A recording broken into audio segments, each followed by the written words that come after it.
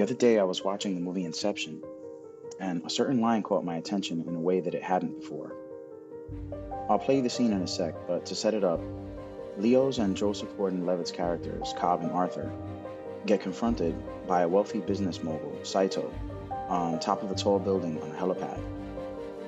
Knowing what they do, he asks them if inception is possible. If it's possible to steal an idea, why isn't it possible to plant one? He asks. How does that relate to advice we give our friends, or ourselves for that matter, when we're going through something terrible? Let's talk about it and see how this can help us to go supernova.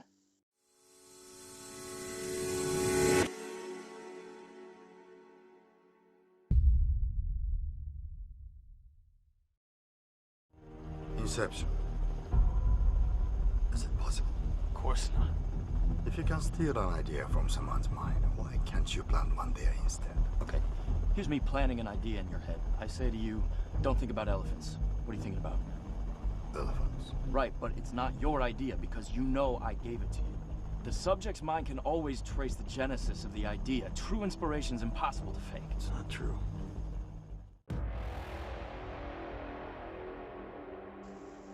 The first time I saw this movie, I was blown away by the story and the visuals. And yet, here I am years later, still picking up lessons from this awesome movie. If you haven't seen it, I strongly suggest you check it out. This scene in particular made me reassess the way I think about advice I'd give to someone. It made me think about all the times some well-meaning friend told me to keep my head up, or that I have to look on the bright side. Words that came from a good place, but ultimately did nothing for me.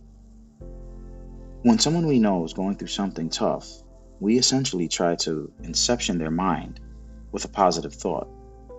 We try, but oftentimes we fail. The point of this scene is to set up the idea that you can't just make someone think something they don't think already.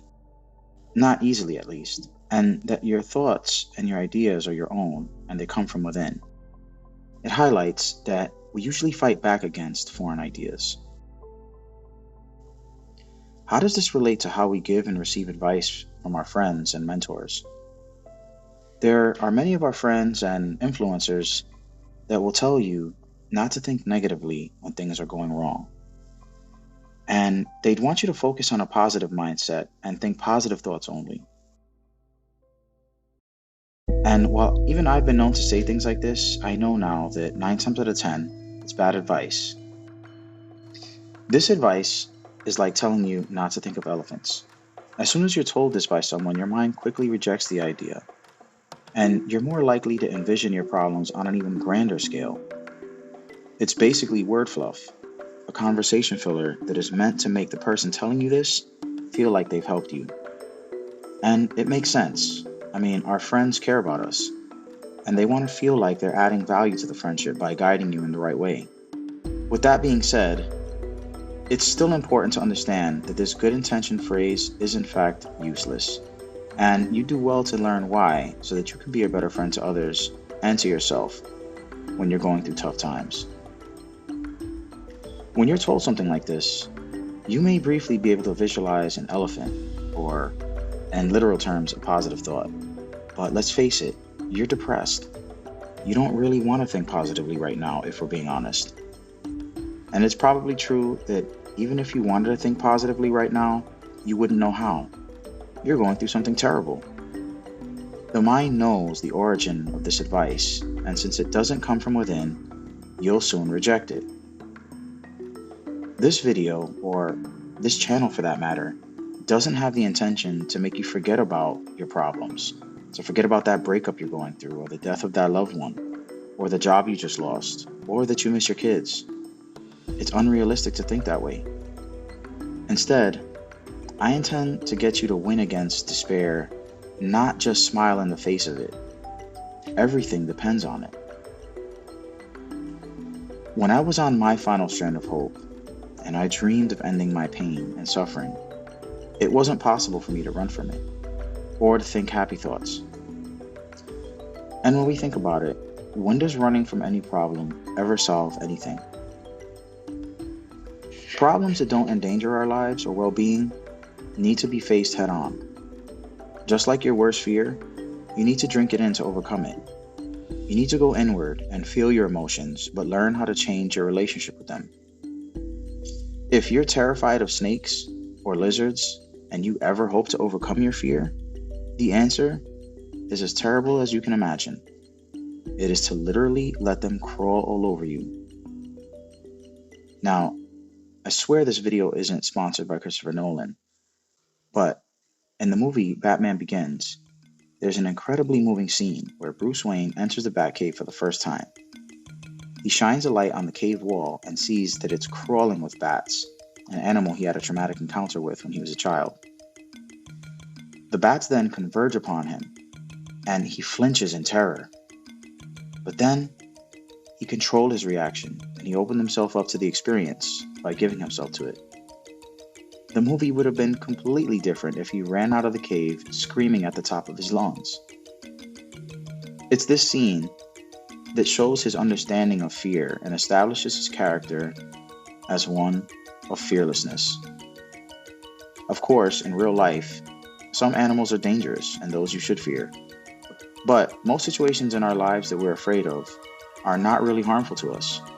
In the same way, most snakes or bats are not harmful.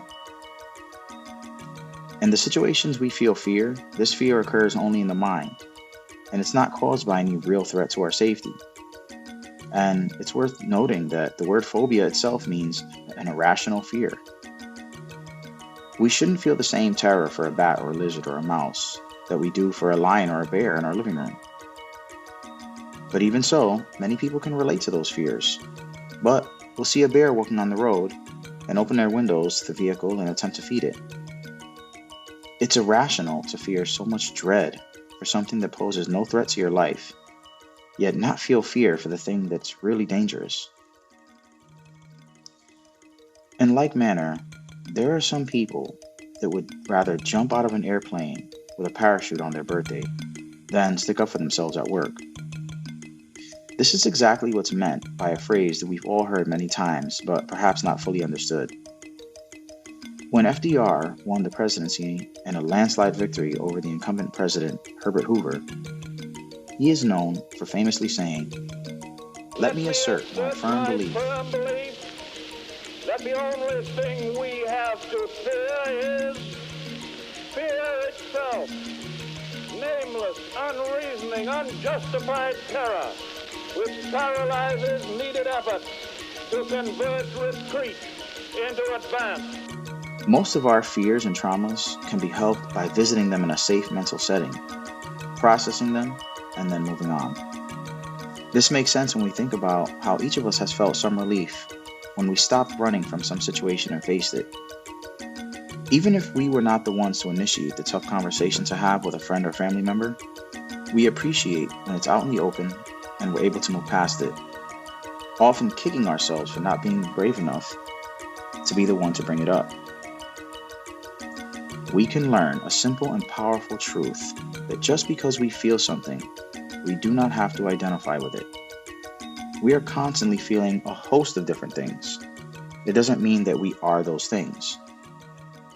If you were to suddenly get an itch on your arm, does your brain then think that you as a whole person are that itch? Of course not.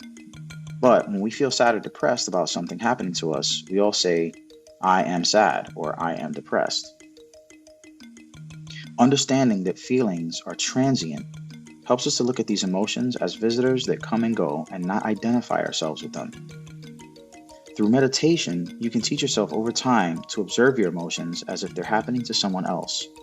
These are all tools to help you cope with the despair you're feeling and not just sweep it under some meaningless chant that you're doing okay and everything will be fine. Positive vibes only. Problems, trauma, sadness, anger, they're all normal parts of life. To think we would be the ones to pass through life without feeling them is unrealistic. Instead, we should be proud of our traumatic experiences, not ashamed of them.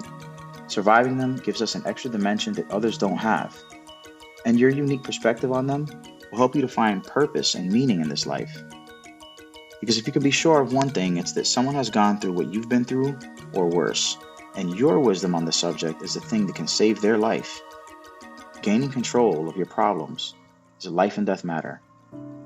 Not just for you, but perhaps for someone else. So take your journey to self-empowerment seriously, and then you can be the change, or write the paragraph, or say the thing that ends up changing someone else's life. All because you knew better than to tell them, don't think about elephants. Instead, you can learn to successfully inception someone else's mind, so to speak, with a positive thought that takes root and actually changes them.